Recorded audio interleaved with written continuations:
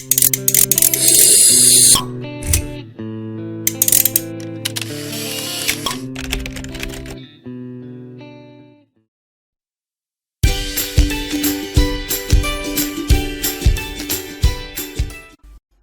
في الفيديو ده مع عمليه تتبع فروق الجهد على ماذر بورد جيجا بايت جي 945 جي سي ام شرطه اس 2 سي، وهنبدا بفرق الجهد لتيار تغذيه البروسيسور. هنا عندنا في دايره البروسيسور اي سي بي دبليو ام كنترولر بيتحكم في ترانزستورات، بيفتح البوابات بتاعتها علشان تاخد تيار وتطلع تيار يغذي البروسيسور اللي هو بنسميه تيار الفي كور.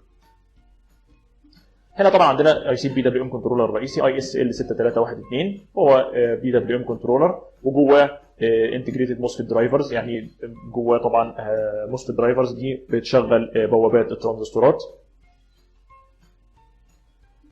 وهنا الاشارات اللي بتروح تشغل بوابات الترانزستورات بتطلع من اطراف اسمها يو جيت وال جيت، ابر جيت ولور جيت، يعني بتبقى مترقمه يو جيت 1 ال جيت 1 يو جيت 2 ال جيت 2.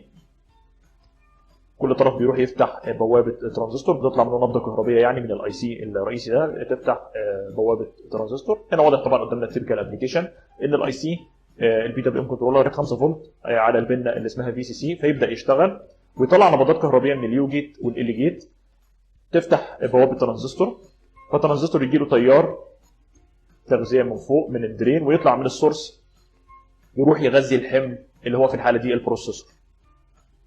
وهكذا الحال مع كل الترانزستورات اللي موجوده في نفس دايره البروسيسور، يطلع تيار من البن اللي هي ال جيت او اليو جيت تفتح بوابه الترانزستور فيمر فيه تيار من الدرين للسورس. هنا في الترانزستور الثاني السورس مربوط على الارضي، فتيار التغذيه بيطلع من الدرين من فوق يروح على الحمل. وهكذا الحال مع اليو جيت والال جيت، اي اطراف يو جيت وال جيت بيطلع منها نبضات تشغل بوابات ترانزستورات عشان يمر من الترانزستور تيار من الدرين للسورس ويروح يغذي البروسيسور. وفي حاله السورس مربوطه على الارضي بيطلع التيار من الدرين يغذي البروسيسور. هنا طبعا عندنا الصفحه الخاصه بالاي سي ده في المخطط الخاص بالبورده، واضح طبعا ترتيب الاطراف وارتباطها بالترانزستورات. ده طبعا الواقع بقى اللي قبل كده كانت تيبيكال ابلكيشن موجوده في الداتا شيت، انما هنا ده المخطط الخاص بالموديل ده للمذر بورد.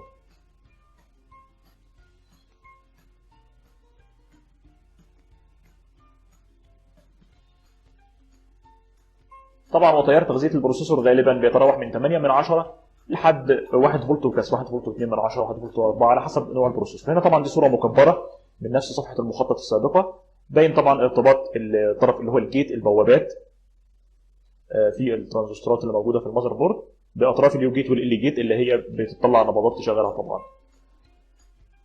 يعني اطراف اليو جيت والال جيت في الاي سي الرئيسي اللي هو البي دبليو ام كنترولر بتطلع نبضات تشغل بوابات الترانزستورات اللي موجوده في دايره البروسيسور. وغالبا الترانزستورات دي بتبقى ان تشانل موسفيت. دلوقتي هنبدا نشغل المذر بورد ونحط طبعا الطرف الارضي لجهاز المالتي ميتر على اي بورت موجود عندنا او على قاعده مسامير، ونبدا نحط الطرف الاحمر على السورس الخاص باي ترانزستور.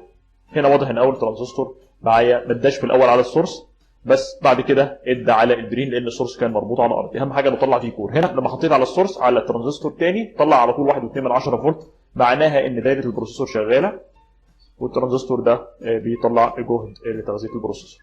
هنا طبعا لو انا لما حطيت على السورس في الاول ما اداش فرق جهد، انما لما حطيت على الدرين ادى فرق جهد، انما الثاني ادى من السورس على طول لان السورس ما كانش مربوط على ارضي.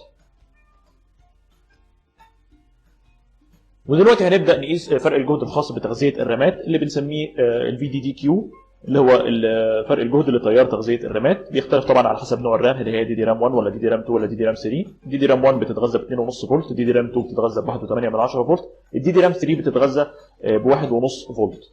طبعا بيبقى فيه بي دبليو ام كنترولر بيتحكم في ترانزستورين غالبا في دايره الرامات علشان الترانزستورات دي تبدا تطلع تيار ليه فرق جهد يغذي الرامات. هنا واضح قدامنا طبعا ده البي دبليو ام كنترولر، وهنا في 2 ترانزستور البي دبليو ام كنترولر بيتحكم فيهم بيفتح بواباتهم عشان ياخدوا تيار ويطلعوا تيار يغذي الرامات. هنا طبعا دي الجزء الخاص بدايره الرامات في المخطط. واضح قدامنا طبعا هنا الاي سي اللي هو البي دبليو ام كنترولر. هنا طبعا وراكم على المذر بورد يو 86 والموديل بتاعه اي اس ال 6545. وواضح هنا ان هو بيتغذى من البن رقم 5 اللي هي الفي سي سي. ده بيجي التيار اللي بيشغل الاي سي نفسه علشان يبدا يطلع نبضات كهربيه من اليو جيت والال جيت من البن رقم 2 والبن رقم 4. كل بن مربوطه على ترانزستور. هنا بتفتح بوابه الترانزستور، فالترانزستور يجي له تيار من الدرين ويطلع من السورس يروح يغذي الريميت. ونفس الموضوع في البن رقم 4 بيطلع منها نبضات كهربائيه تفتح بوابه الترانزستور اللي هي الجيت فيجي له تيار من الدرين يروح على السورس، بس السورس مربوط على ارضي، فبالتالي التيار في الترانزستور الثاني بيطلع من الدرين. يعني لما تيجي تقيس جهد تغذيه الرامات مره هتقيس في ترانزستور على السورس ومره هتقيس على الدرين على حسب اي ترانزستور فيهم السورس بتاعه مربوط على الارض. هنا دي الداتا شيت الخاص بالاي سي اللي هو الاي اس ال 6545 اللي هو البي دبليو ام كنترولر اللي بيتحكم في الترانزستورات الموجوده في دايره الرامات. وهنا البين اوت او البين كونفيجريشن الخاصه بيه ان هو بيشتغل من البن رقم 5 فيطلع نبضات من البن رقم 2 ورقم 4 اللي هم اليو جيت والال جيت علشان يشغل 2 ترانزستور، فالاثنين ترانزستور يطلعوا فرق جهد لتيار بيغذي الرامات. هنا دي التيبيكال ابلكيشن اللي موجوده في الداتا شيت. واضح ان الاي سي بيتغذى من البن رقم 5 ب 5 فولت او 12 فولت، فيطلع نبضات من اليو جيت والال جيت اللي هي 2 و4 علشان يفتح بوابات الترانزستورات، فالترانزستور يجي له تيار من الدرين ويطلع من السورس يروح يغذي الحمل اللي هو الرامات. الترانزستور الثاني بيجي له نبضه من ال جيت فبوابته تتفتح ياخد تيار من الدرين للسورس، السورس مربوط على الارضي فيطلع تيار تغذيه من الدرين.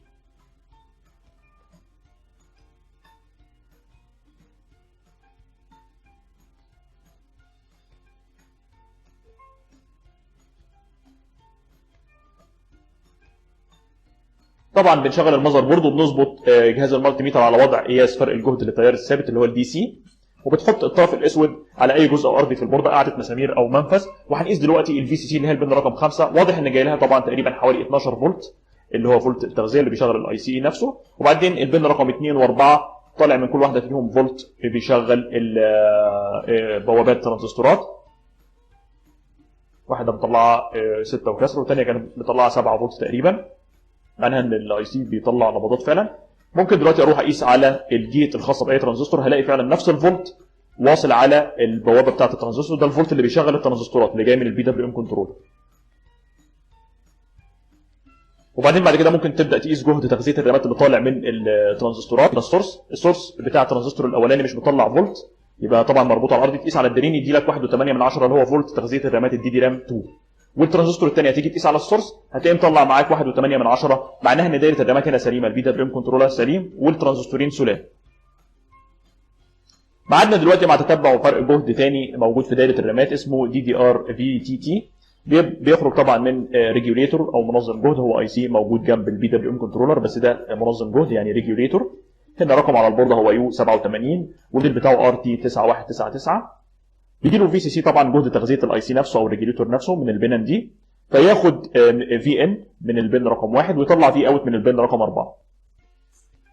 الفي اوت بتاعه طبعا اللي هو الدي دي ار في تي تي اسم الفولت ده بيبقى دايما نص قيمه الفولت الخاص بتغذيه الرامات. يعني انت لو عندك في البورده دي الجهد الخاص بتغذيه الرامات 1.8 يبقى الجهد اللي طالع من الريجوليتور ده هيبقى 9 من 10. هو طبعا واضح قدامنا هذه الداتا شيت الخاصه بيه مكتوب عليه ان هو ترمينيشن ريجوليتور هو الار تي 9199. وهنا البين كونفيجريشن الخاصه بيه البنان اللي بياخد منها الفولت اللي بيغذيه، وبعدين بعد كده الفولت اللي بيدخل الفي ان من البن رقم 1 والفي اوت من البن رقم 4. هنا التيبيكال ابلكيشن موجود ان هو بياخد 1.8 في ان، بس طبعا بعد ما بيدخل له 5 فولت الاول، 5 فولت الاول بتخش تشغل الاي سي نفسه فياخد 1.8 في ان الوظيفه بتاعته ويطلع نصه اللي هو 9 من الفي اوت. يعني في فولت بيشغل الاي سي اللي هو 5 فولت، وبعدين بعد كده الاي سي واخد في ان من البن رقم 1 ويطلع في اوت من البن رقم 4. بياخد من البن رقم 1 اللي هو الجهد الخاص برامات، قيمه الجهد الخاص برامات اللي هو 1.8 ويطلع من البن رقم 4 الدي دي ار في تي تي اللي هو نص قيمه جهد تغذيه الرامات اللي هو 9 في حاله الرامات الدي دي رام 2. بنشغل المذر بورد طبعا، وبعدين بنحط الطرف الاسود الخاص بجهاز المالتيميتر على اي نقطه ارضي زي قواعد المسامير او المنافذ، والطرف الاحمر طبعا هنبدا دلوقتي نقيس فرق الجهد اللي داخل يشغل الريجوليتور نفسه اللي هو ال 5 فولت. هنا مظبوط واصل له 5 فولت. وبعدين بنبدا ناخد الفي ان بين رقم 1 1.8 مظبوط، والفي اوت اللي هو الدي دي ار في تي تي نص قيمه فرق جهد تخزين ترمات 9 من 10 واضح قدامنا 9 من 10 فولت، معناها ان الريجوليتور هنا ده سليم وبيقوم بوظيفته مظبوط.